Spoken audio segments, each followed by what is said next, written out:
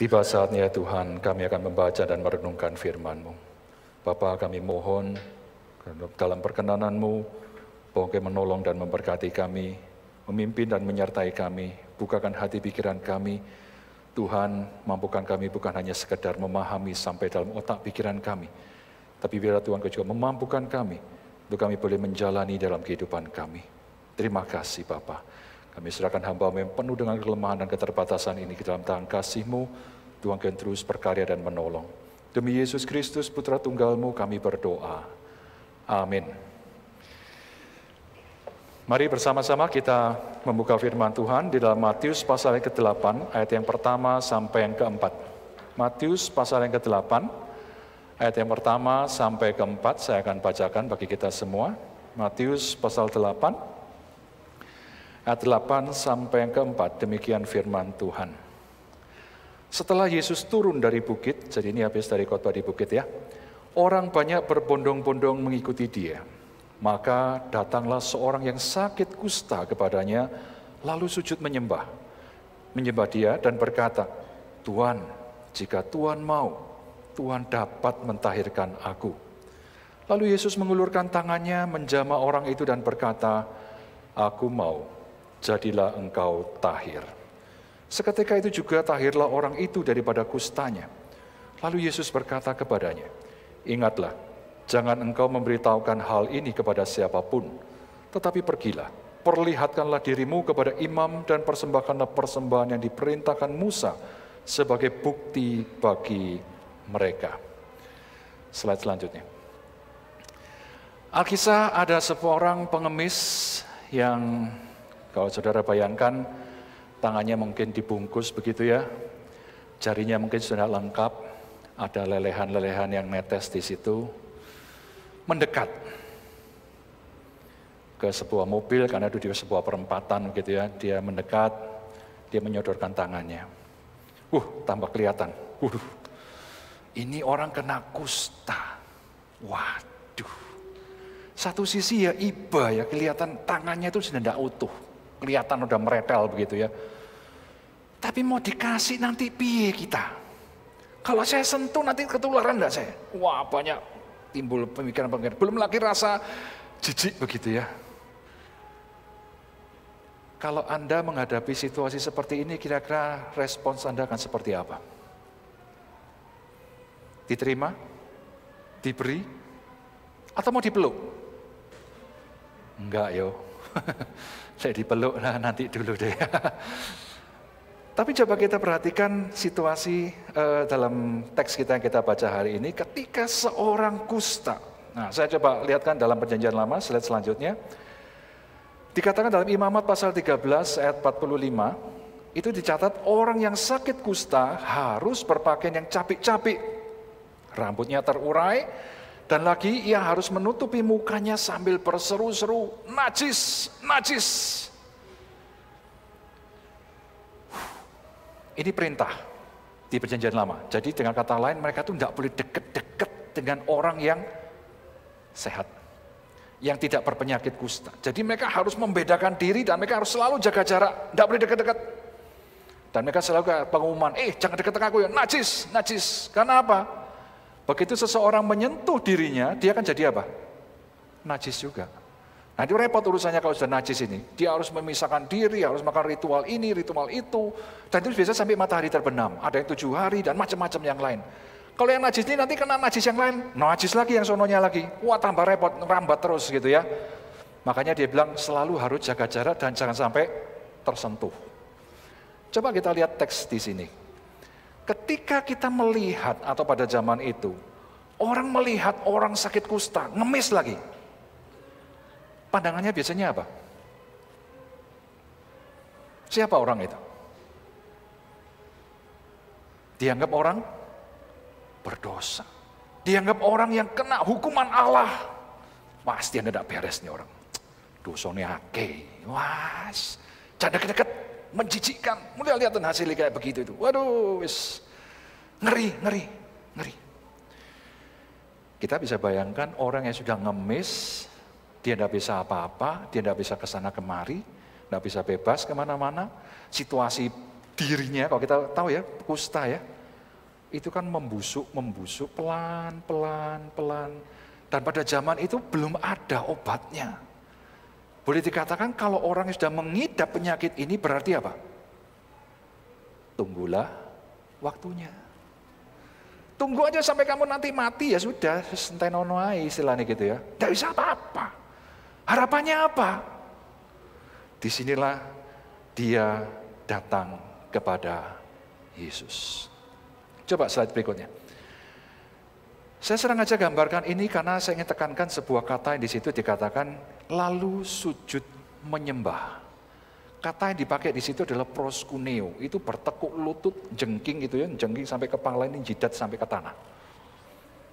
Dengan sikap seperti ini, orang ini memberanikan diri datang, padahal kita sudah lihat ya, tidak boleh deket-deket orang.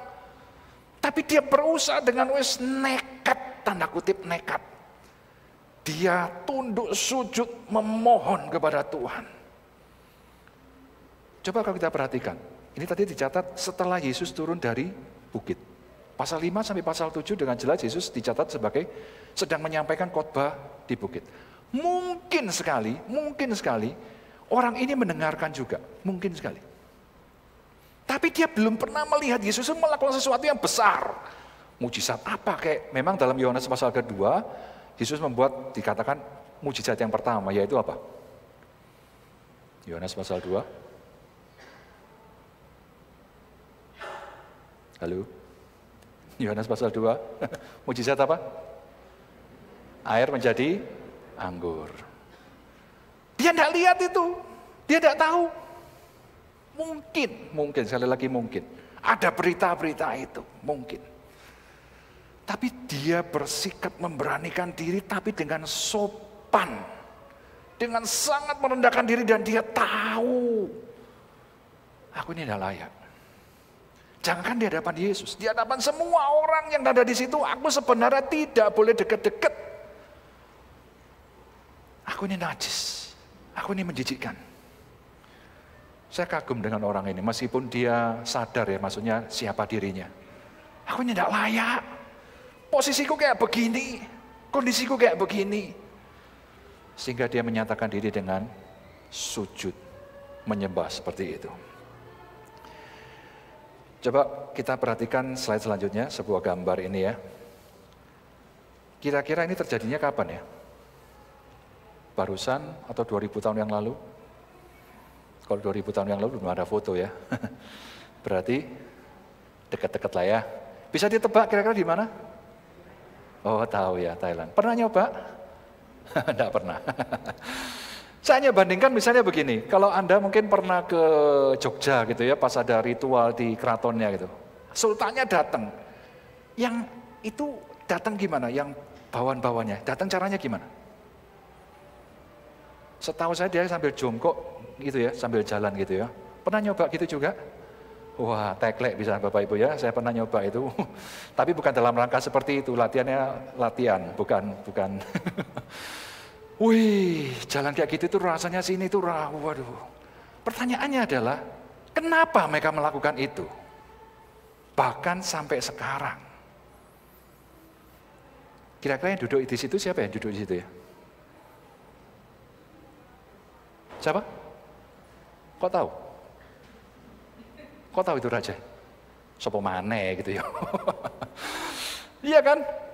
Orang itu sampai, kalau orang Jawa mungkin bilang gelempo gitu ya, jadi sambil baringan sampai ya gitu ya. Itu pun tidak lebih susah lagi, jalan ini nggak ngesot gitu ya. Waduh, capeknya bukan capeknya ya.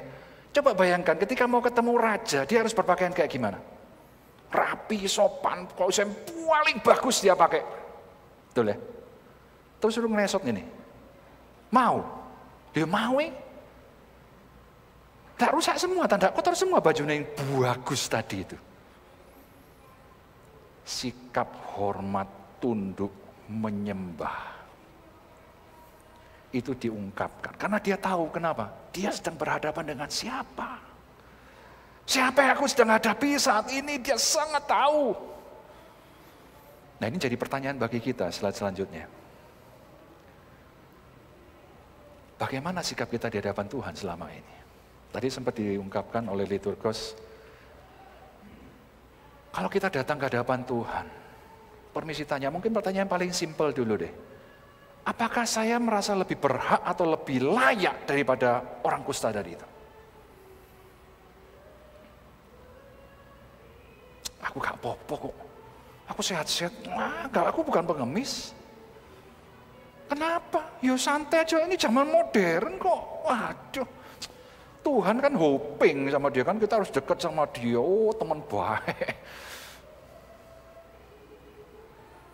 Sadarkah kita akan kondisi kita? Bahkan kita yang sudah percaya kepada Tuhan sekian lama, kalau kita melihat banyak sisi-sisi yang kita sebenarnya belum kenal dalam diri kita, yang kita sebenarnya tidak tahu menyimpan apa di situ. Ya mungkin kalau Tuhan lihat kita, kita bayangkan, wah, jijik aku lihat ini. Kamu mengaku diri begitu hebat, begitu baik, tapi sadarkah kamu masih mengidap begitu banyak hal yang harus sebenarnya kamu dibersihkan, tapi kamu masih belum mau memberikannya pada Tuhan.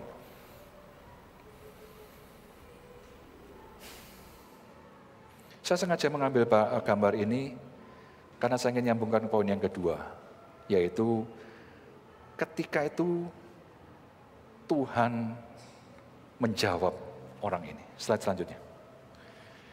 Jadi ketika dia bilang itu, ketika dia tadi bilang, Tuhan, jika Tuhan mau, Tuhan dapat mentahirkan aku.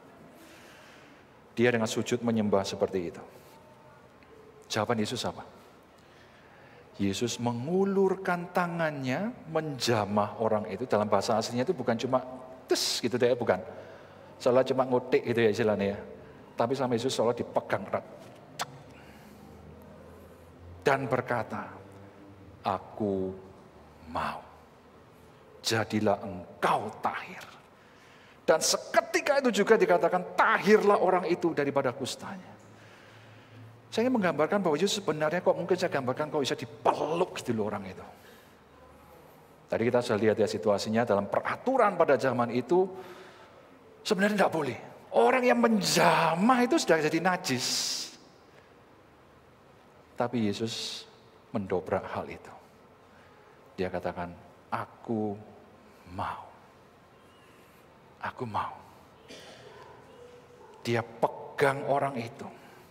Kayak saya bayangkan dia dipegang, dipandang dengan tajam tapi penuh kasih. Dilihat orang itu. Aku mau. Orang tadi itu menyembah dengan tahan sampai kepala sampai ke tanah. Dia tidak berani lihat. Tapi Yesus datang memeluk dia, menegakkan gitu, dan dia melihat, aku mau. Sebuah jamaah, sebuah konfirmasi yang luar biasa dari Yesus. Dari tindakannya dia sudah mengatakan, aku mau, dia sudah pegang. Kemudian diucapkan lagi, aku mau. Konfirmasi ganda semacam ini. Satu hal yang luar biasa. Saya hanya bayangkan, pengemis ini rasanya gimana ya perasaannya dia. Ketika dia tidak berani melihat Yesus, dia sujud dengan begitu rendah karena dia tahu siapa dirinya. Tapi Yesus datang dan memeluk dia, menyambut dia seperti itu. Dan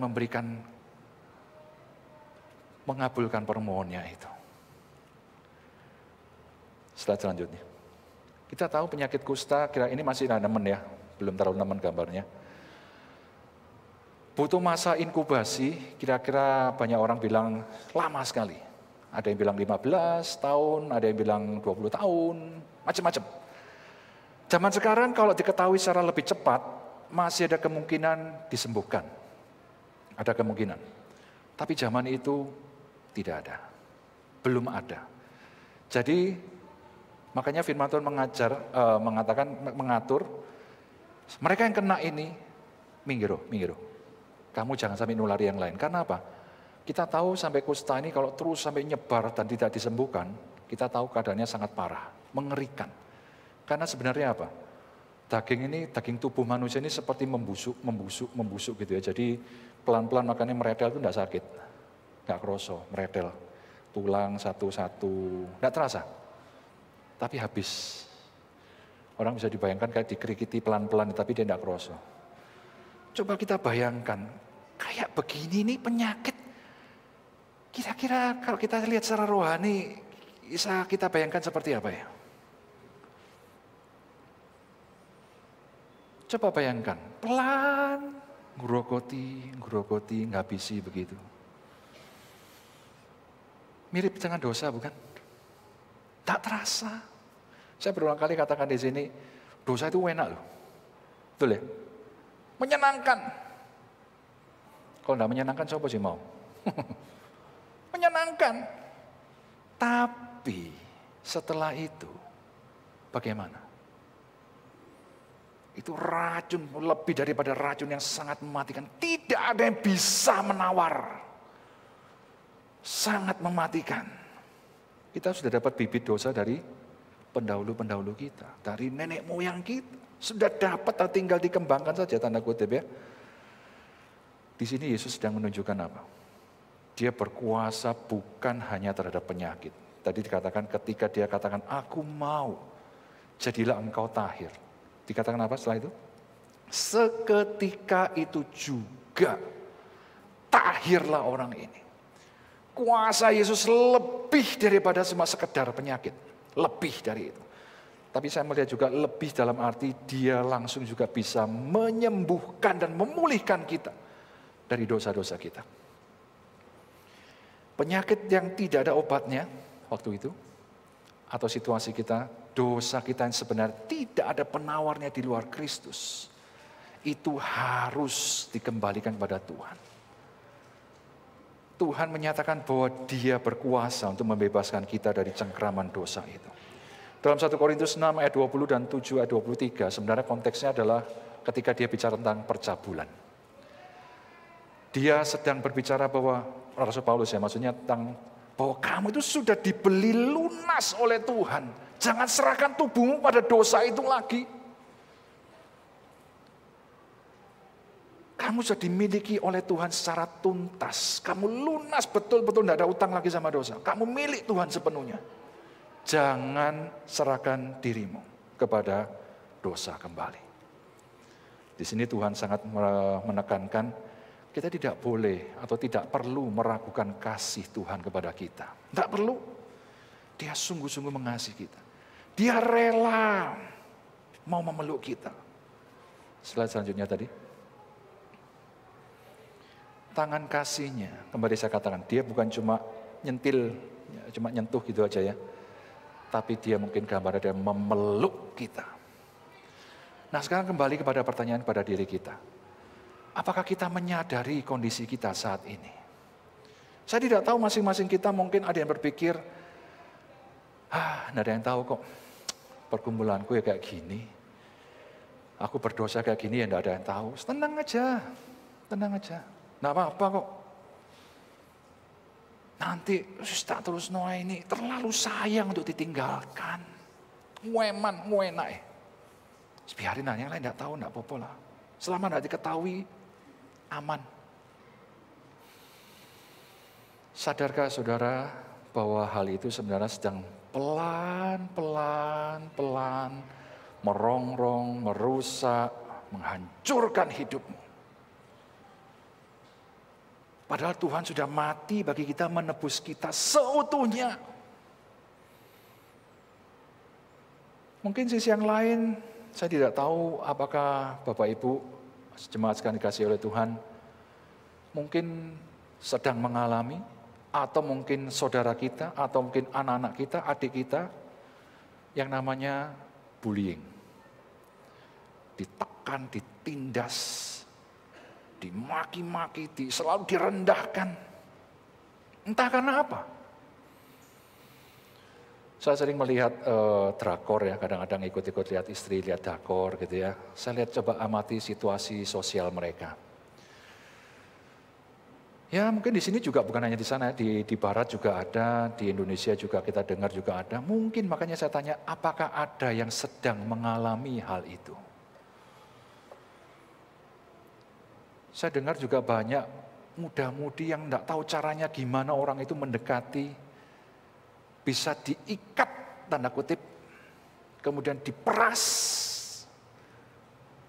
Ditindas harus begini, harus begini. Kalau tidak kamu nanti akan tak gini kan. Kamu nanti akan tak laporkan, tak buas macam-macam. Pernah dengar itu ya? Apakah Anda sedang terlibat di sana? Ya saat ini mungkin saudara lagi bingung, aku enggak tahu harus keluar bagaimana. Kepada siapa aku harus berseru? Kepada siapa aku harus minta pertolongan? Orang kusta ini, dia tahu kalau dia tidak disembuhkan, ya tunggu aja waktunya sampai akhir hidupmu. Tapi dia melihat Yesus. Dan dia datang. Tuhan, jika Tuhan mau, sangat sopan. Tuhan dapat mentahirkan saya. Pada saat ini apakah saudara mendengar suara itu? Aku mau, jadilah engkau tahir. Slide selanjutnya. Di ayat yang keempat, ketika Yesus mungkin bicara tentang teks ini, mungkin kita agak bingung ya. Ingatlah, jangan kau memberitahukan hal ini kepada siapapun, tapi pergilah, perlihatkanlah dirimu kepada imam dan persembahkanlah persembahan yang diperintahkan Musa sebagai bukti bagi mereka. Apa mana ini? Loh, kenapa orang ini tidak boleh pergi? Kan dia sudah mengalami kebaikan Tuhan. Kenapa dia tidak boleh memberitakan hal itu? Bukan itu sebenarnya masalahnya. Yang Yesus sebenarnya ingin katakan adalah apa? Kamu perlu dikonfirmasi sesuai dengan aturan pada waktu itu. Ini kan masih peraturan perjanjian lama ya. Jadi kalau kita lihat dalam Imamat pasal 13 dan 14, sebenarnya orang-orang yang tanda kutip merasa tahir ya, dia harus konfirmasi kepada siapa? Imam yang sedang in charge pada waktu itu. Jadi harus menghadapkan diri ke sana, tanya. Nah, imamnya sudah diajari gimana ciri-cirinya sudah waras itu apa gitu ya. Dia lihat. Nah, tapi saya coba bayangkan dan bandingkan dengan apa yang dilakukan Yesus di sini. Kalau misalnya pengemis itu tadi datang ke imam, imamnya berani sentuh enggak? Dalam bayangan saya, paling dia akan ngomong, muter. Ya. Nah, tapi nyentuh? Nah, dia menggunakan jari aja, ini, suruh sana, suruh ke sini, tapi nyentuh gitu, enggak berani. Karena apa? Ya itu tadi. Lihat oleh waras, lek enggak. Lah aku najis. Paham maksudnya ya? Beda sekali dengan Yesus. Dia enggak melihat, dia tahu ini orang kusta dan dia sangat perlu pertolongan Tuhan. Tapi Yesus tetap bilang, kamu konfirmasi dulu. Dan itu langkah pertama. Langkah kedua apa? Persembahkanlah persembahan yang diperintahkan Musa. Imamat 14. Ada ritualnya lagi. Dia harus mempersembahkan beberapa hal, dilakukan oleh imam.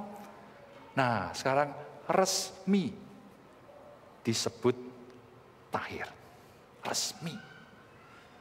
Saya hanya bayangkan seperti ini Bapak Ibu. Jemaat kasih oleh Tuhan. Ketika kita menjadi percaya kepada Tuhan, ini perlu dikonfirmasi dalam arti bukan kita yang mengatakan itu sendiri. Iya, kita percaya pada Tuhan, betul. Tapi pendapat atau orang lain melihat kita itu seperti apa?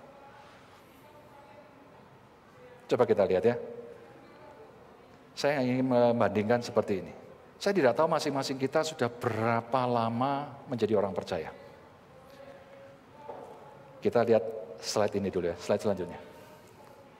Tadi mungkin di depan sempat ya diminta cek, betul ya? Warnanya apa? Habis itu dilihat warnanya apa? Putih ya? Oh berarti boleh masuk ya. Kalau misalnya positif warnanya berubah jadi apa? Kalau misalnya kita cek, terus lapor, positif. Masuk ke aplikasi laporannya. Laporannya jadi apa? Aplikasinya jadi hitam. Makanya kalau Bapak Ibu, jemaat yang kasih Tuhan mau masuk ke mall atau apa, satpamnya kan enggak tahu, masuk bawa surat CAK ini dicek satu-satu kan enggak tuh. Aplikasi ini, scan. Dari situ kan tahu, kalau kita habis cek, kalau enggak enak badan, cek, positif. Masuk ke aplikasi otomatis hitam. Nah dia tahu, oh hitam, kalian masuk, pulang. Enggak boleh masuk kamu. Sampai nanti jadi putih lagi. Itulah bentuk konfirmasi-konfirmasi yang sebenarnya menolong kita.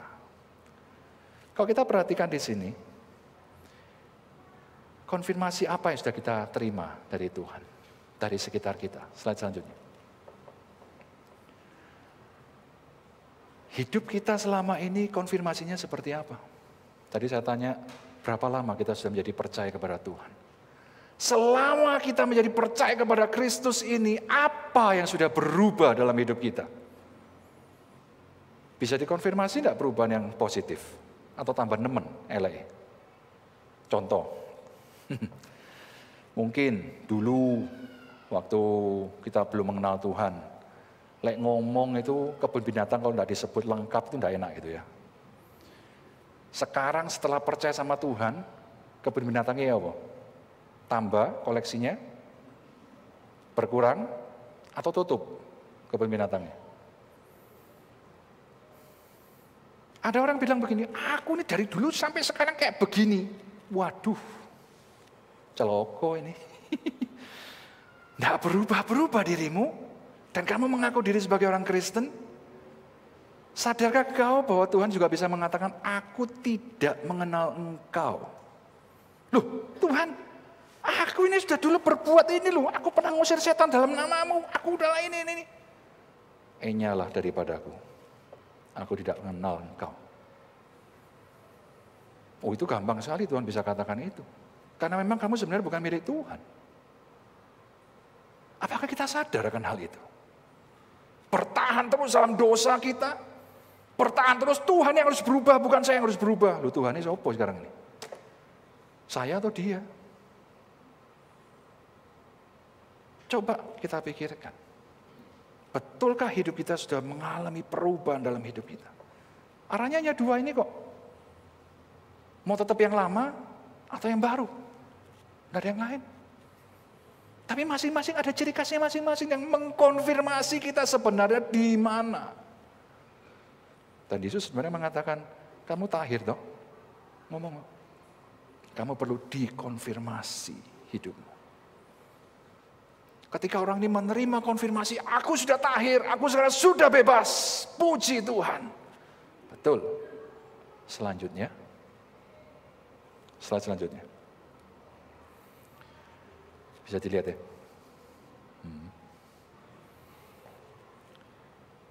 Selama ini, coba kita refleksikan. Saya hanya bantu untuk kita bisa merefleksikan dalam diri kita. Apakah kita sadar bahwa selama ini kita mengidap kusta rohani yang sebenarnya lebih parah daripada kusta jasmani tadi?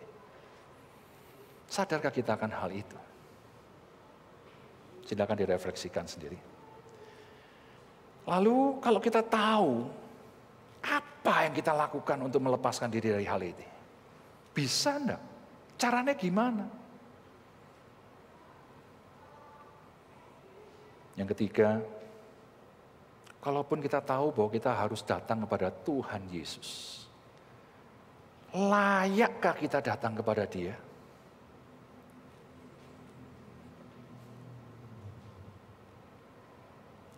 Dan ketika kita mungkin datang kepada Dia seperti orang kusta ini, apakah kita yakin bahwa Dia, Tuhan Yesus, dapat menyembuhkan dan melepaskan kita dari kusta rohani itu?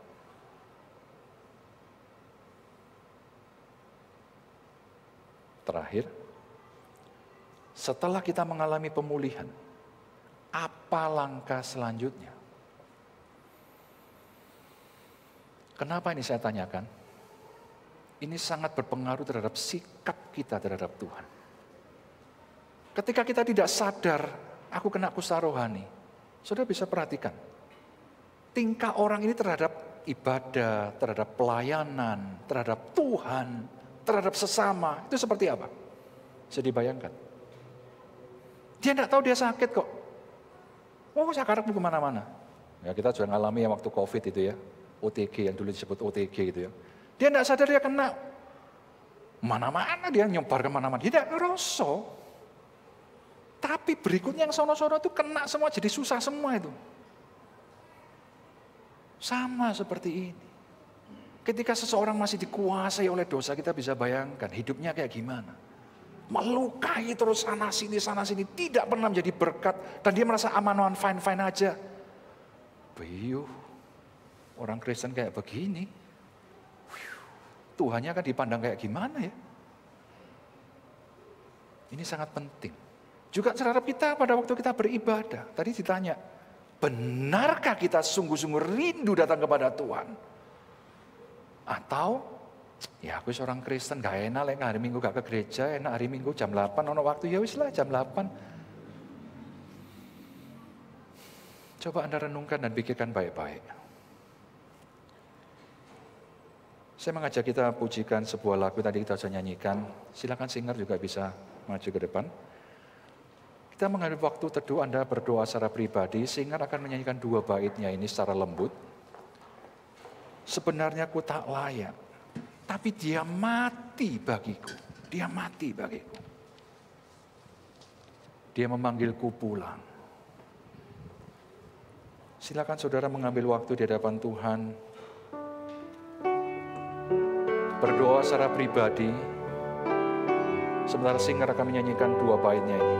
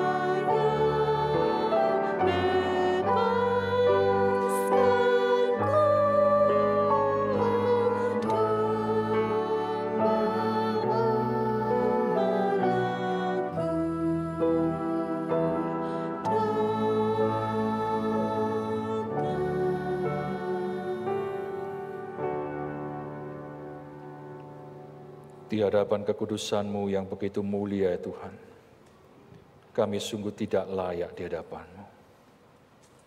Bahkan kami menderita sakit rohani yang begitu parah, yang kami sebenarnya tidak punya pengharapan yang lain selain di dalam Engkau, ya Yesus Kristus. Kami bersyukur melalui firman-Mu, Engkau menyatakan kepada kami, kasih-Mu ya Tuhan, kuasa-Mu yang tidak terbatas, yang sanggup untuk boleh memulihkan, membebaskan kami kembali. Supaya kami boleh menjadi orang-orang yang merdeka, yang bebas, yang sungguh menjadi milik-Mu ya Tuhan. Tolong kami, untuk kami memiliki sikap yang benar di hadapan-Mu ya Tuhan. Ketika kami datang dengan penuh hormat, dan kami boleh sungguh-sungguh menyembah Engkau. Tuhan, kuatkan dan topang kami. Untuk kami tidak sembarangan dalam hidup kami. Untuk kami terus Tuhan boleh belajar melalui kebenaran firman-Mu dan dalam pimpinan Roh-Mu yang kudus. Untuk sungguh Tuhan kami boleh mengalami perubahan demi perubahan dalam hidup kami seperti yang Engkau mau. Tuhan, Kau yang tahu jeritan hati anak-anak-Mu. Situasi yang tidak pernah atau belum bisa diungkapkan kepada siapapun. Tapi Engkau tahu apa yang mereka perlukan. Jemaat yang sangat Kau kasihi ini Tuhan. Engkau yang sanggup untuk menolong, memulihkan mereka. Tuhan pimpin, sertai. Biarlah sungguh mereka mengalami jamahan-Mu secara pribadi. Dan mereka boleh dikuatkan, dipulihkan, dibebaskan kembali. Terima kasih Bapa di surga. Kami serahkan seluruh jemaat-Mu dalam tangan kuasa-Mu. Tuhan, Kau yang berkarya dan memimpin kami dalam setiap langkah kehidupan kami. Terima kasih Bapa. Demi Yesus Kristus Putra Tunggal-Mu, kami berdoa dan bersyukur. Amin.